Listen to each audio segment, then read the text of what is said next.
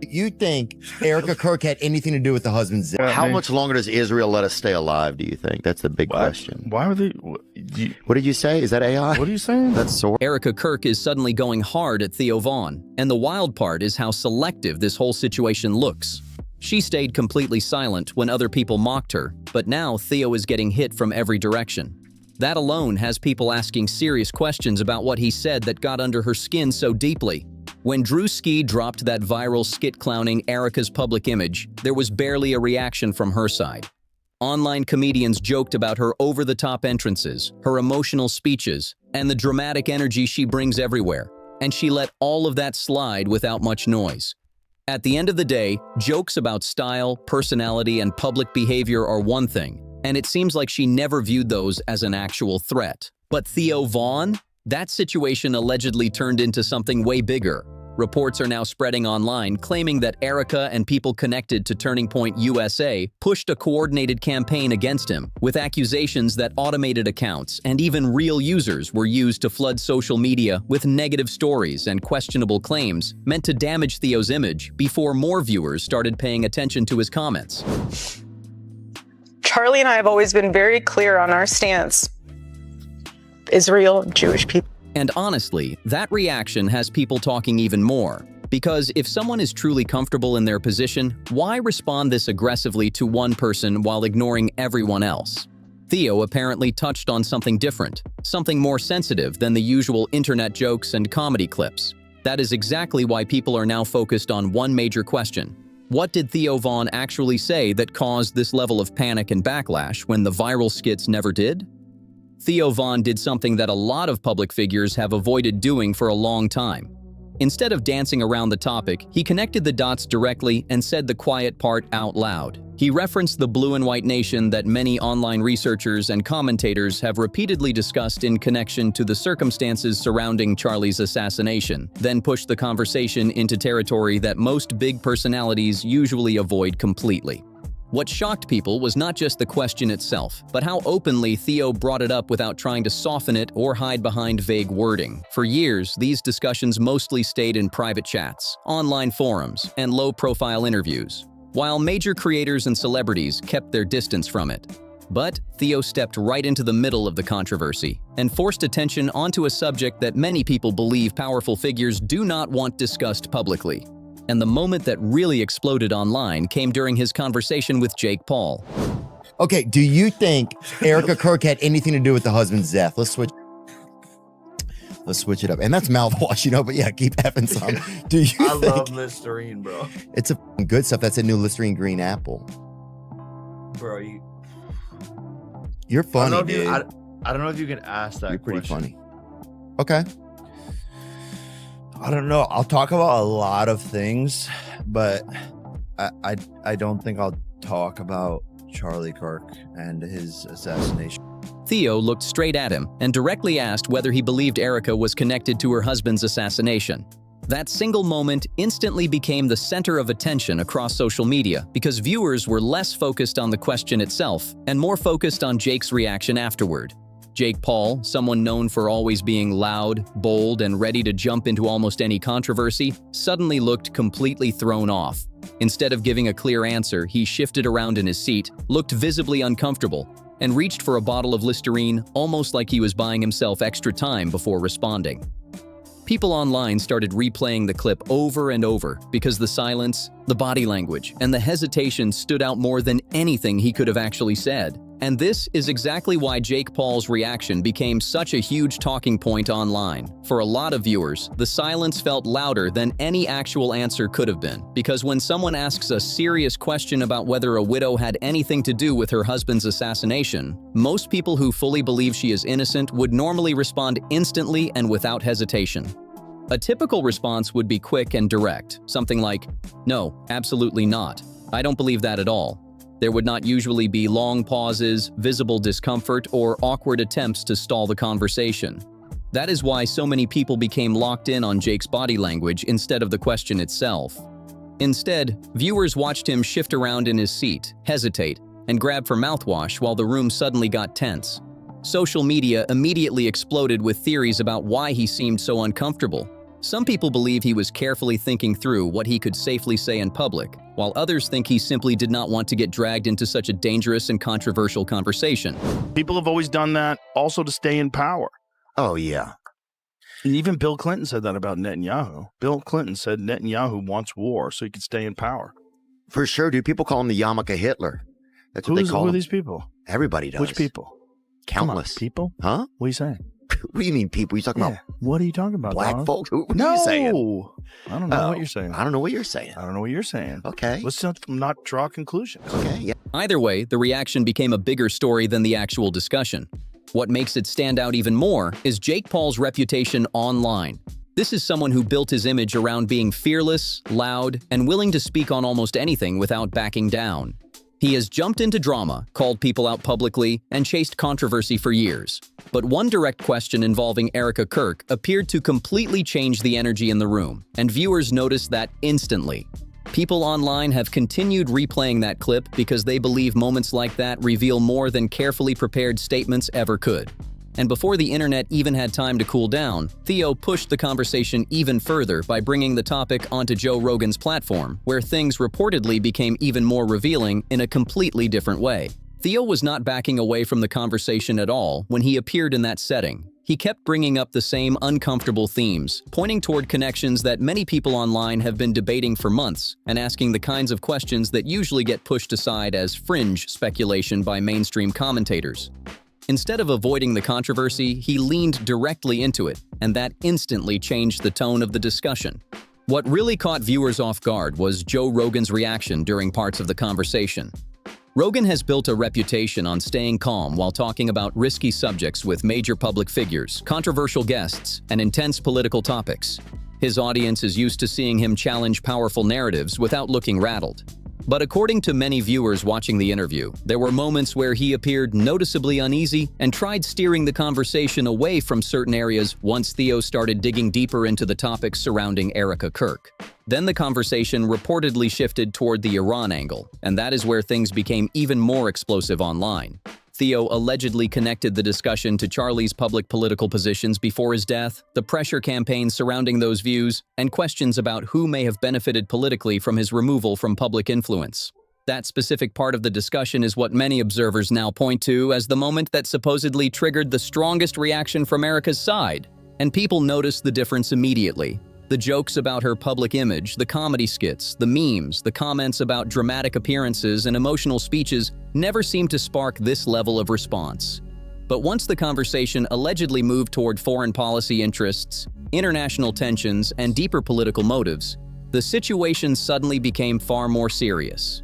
Supporters of these theories argue that Charlie Kirk was not viewed as just another political personality. They point to his public opposition to escalating conflict with Iran and claim that his influence over political conversations made him an important figure during a very tense moment in foreign policy debates. Critics strongly dispute those claims, but the fact that these discussions are now happening so openly is exactly why the controversy around Theo Von's comments keeps getting bigger online. Charlie was giving a platform to voices that openly questioned foreign influence inside American politics and major institutions, and according to many online commentators, that started putting him on a collision course with powerful interests. Supporters of these theories argue that he was moving deeper into conversations that certain political and media figures did not want gaining mainstream attention. They believe Theo Von directly named some of those interests publicly, and almost immediately the backlash against him exploded across social media. What really has people paying attention is how fast the criticism allegedly became organized and targeted. Instead of calmly debating Theo's claims point by point, critics online appeared more focused on tearing apart his credibility as a person. According to observers following the situation, the strategy seemed designed to stop people from even listening to Theo before his comments could spread wider into mainstream discussions. And when people started examining the alleged smear campaign more closely, they noticed something interesting. A lot of the online attacks reportedly avoided addressing the actual questions Theo raised. There was little focus on offering alternative explanations for Jake Paul's uncomfortable reaction, and very little discussion about why Joe Rogan seemed uneasy during parts of the interview. Instead, the attention shifted almost entirely toward attacking Theo himself and questioning his motives. One of the biggest angles reportedly pushed online involved Theo's connection to Candace Owens. Photos of the two together started circulating heavily, with some accounts using those images to argue that Theo was simply repeating Candace's opinions rather than speaking independently. Critics claimed he was echoing someone else's talking points instead of raising genuine concerns of his own. Meanwhile, supporters of Theo argued that focusing so heavily on personal associations instead of directly responding to the claims only made the entire situation look even more suspicious to viewers following the controversy online. The narrative being pushed online is that Theo Von is supposedly acting like a puppet, while Candace Owens is the one controlling the conversation behind the scenes.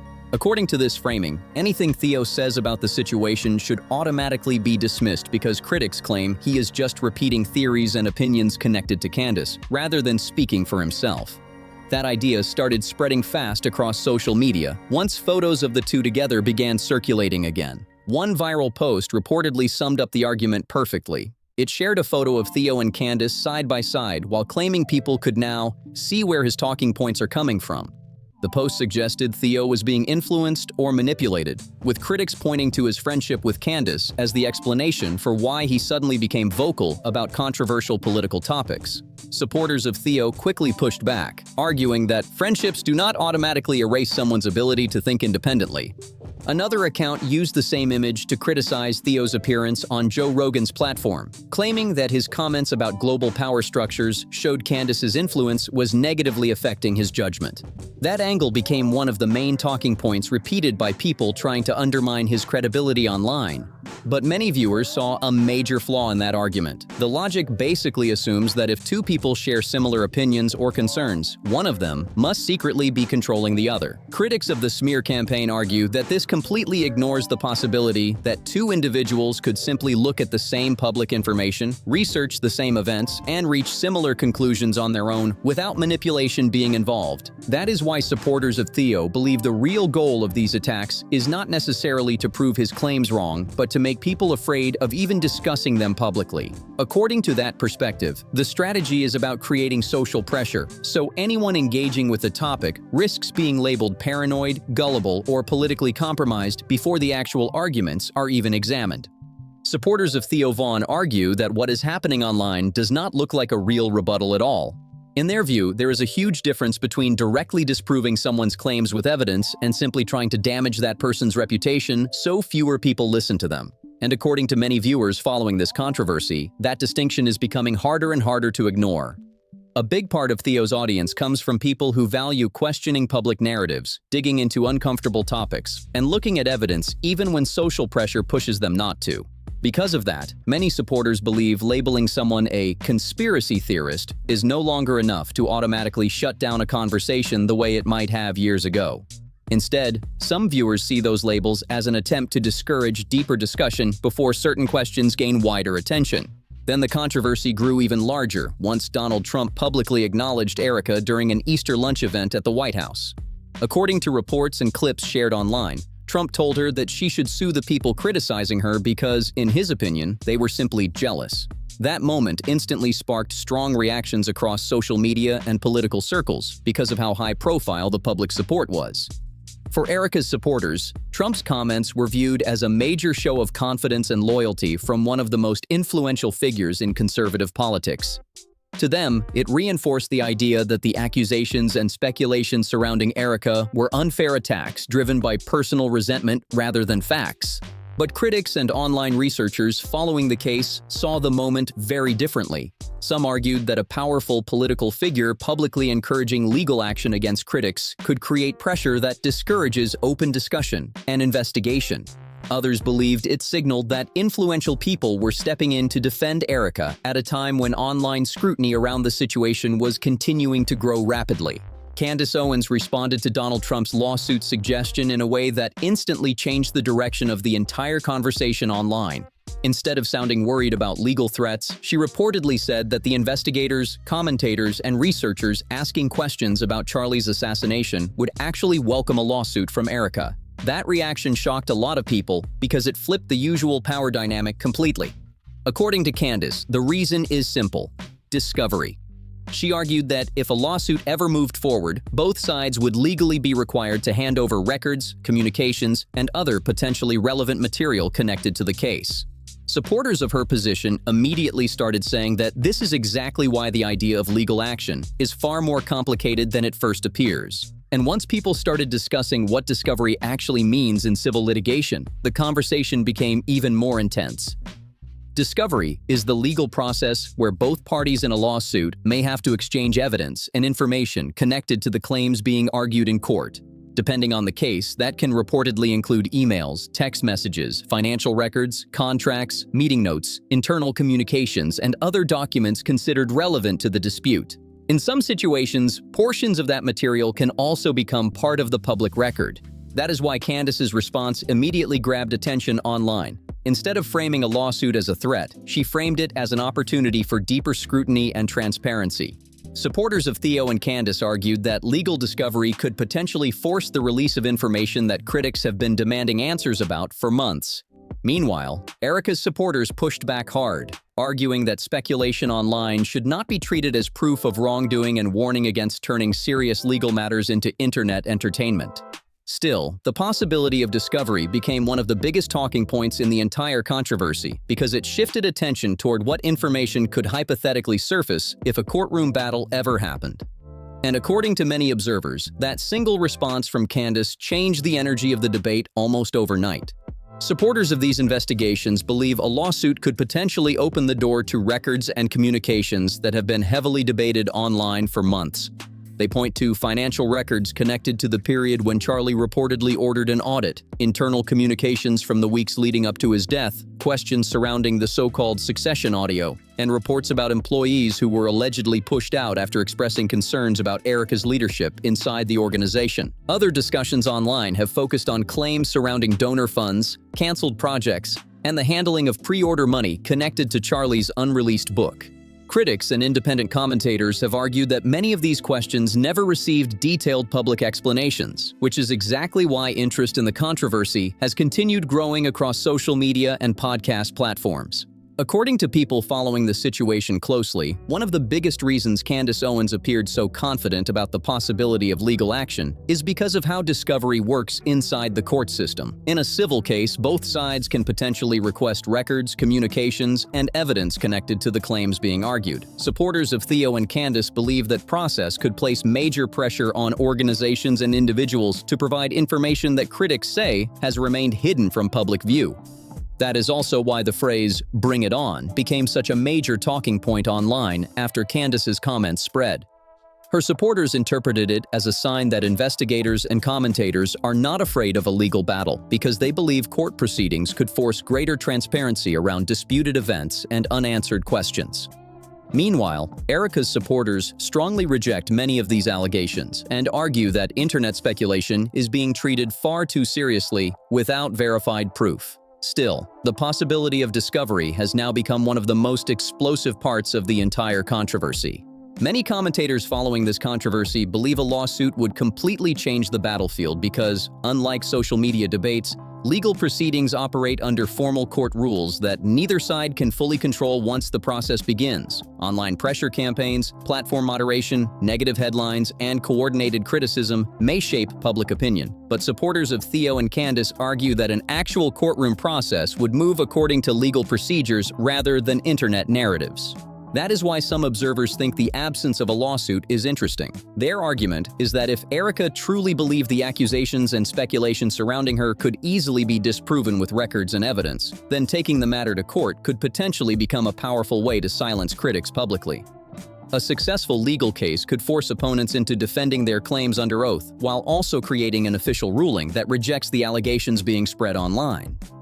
Supporters of this view say that kind of legal victory would carry massive weight, especially for someone with public influence, strong connections, and access to legal resources.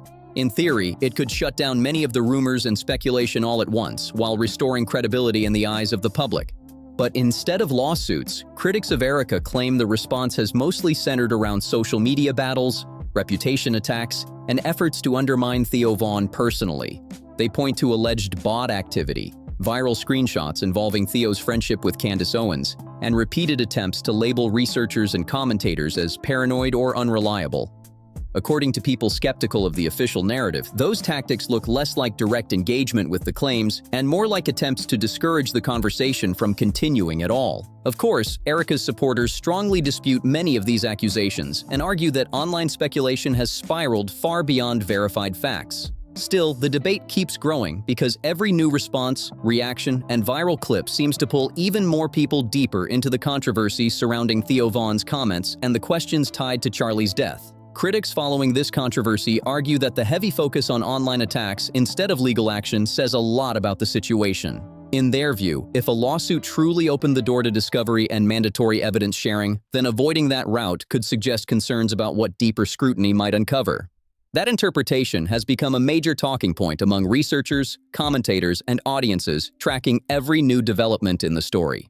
Supporters of Candace Owens believe she has been steadily building momentum around this topic for months through her long-form investigative content, repeated commentary, and public discussions where she connects people, events, and documents that many larger public figures have reportedly been hesitant to discuss openly.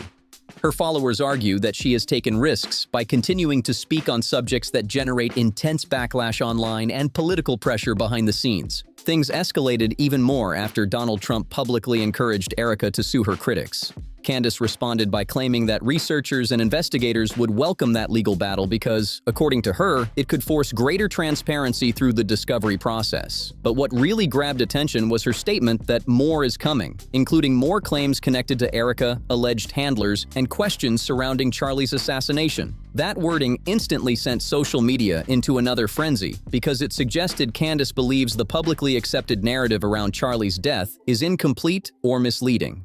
Supporters viewed her comments as proof that she intends to continue releasing information and pushing the investigation further, despite growing criticism and pressure. Meanwhile, critics strongly reject many of her claims and argue that dramatic speculation is being presented without verified evidence.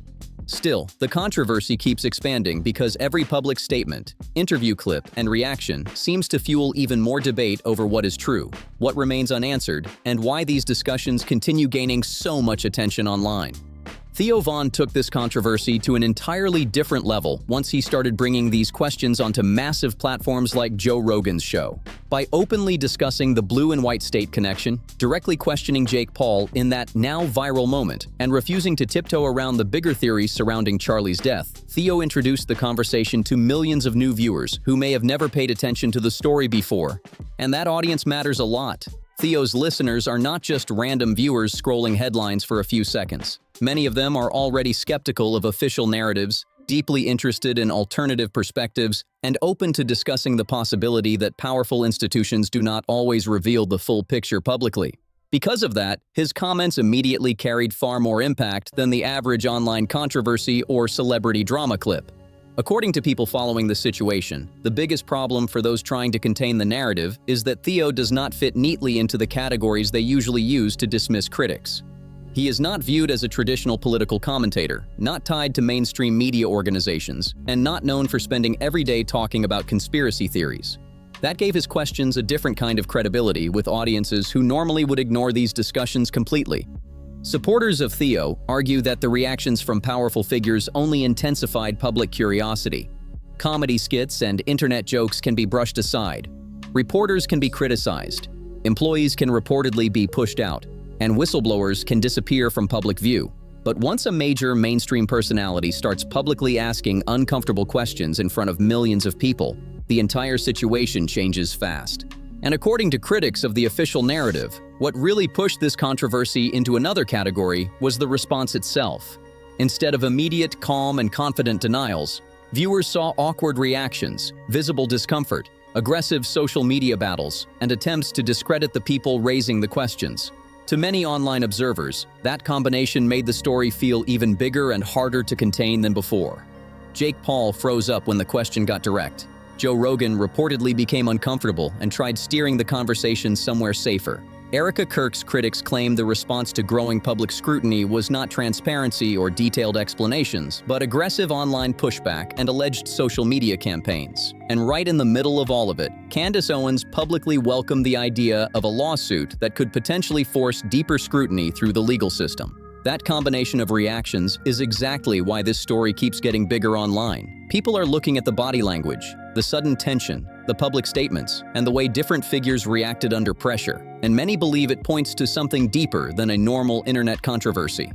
Supporters of these investigations argue that if the official version of events were completely airtight, the responses would likely look very different. Instead, viewers watched Theo openly say the things many public figures avoid saying out loud. They watched Jake Paul hesitate during a direct question.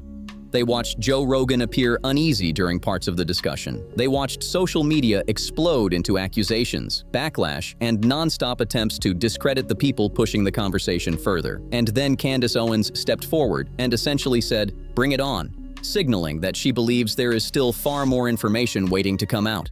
Whether people agree with these theories or completely reject them, one thing is clear. This controversy is no longer staying hidden in small corners of the internet.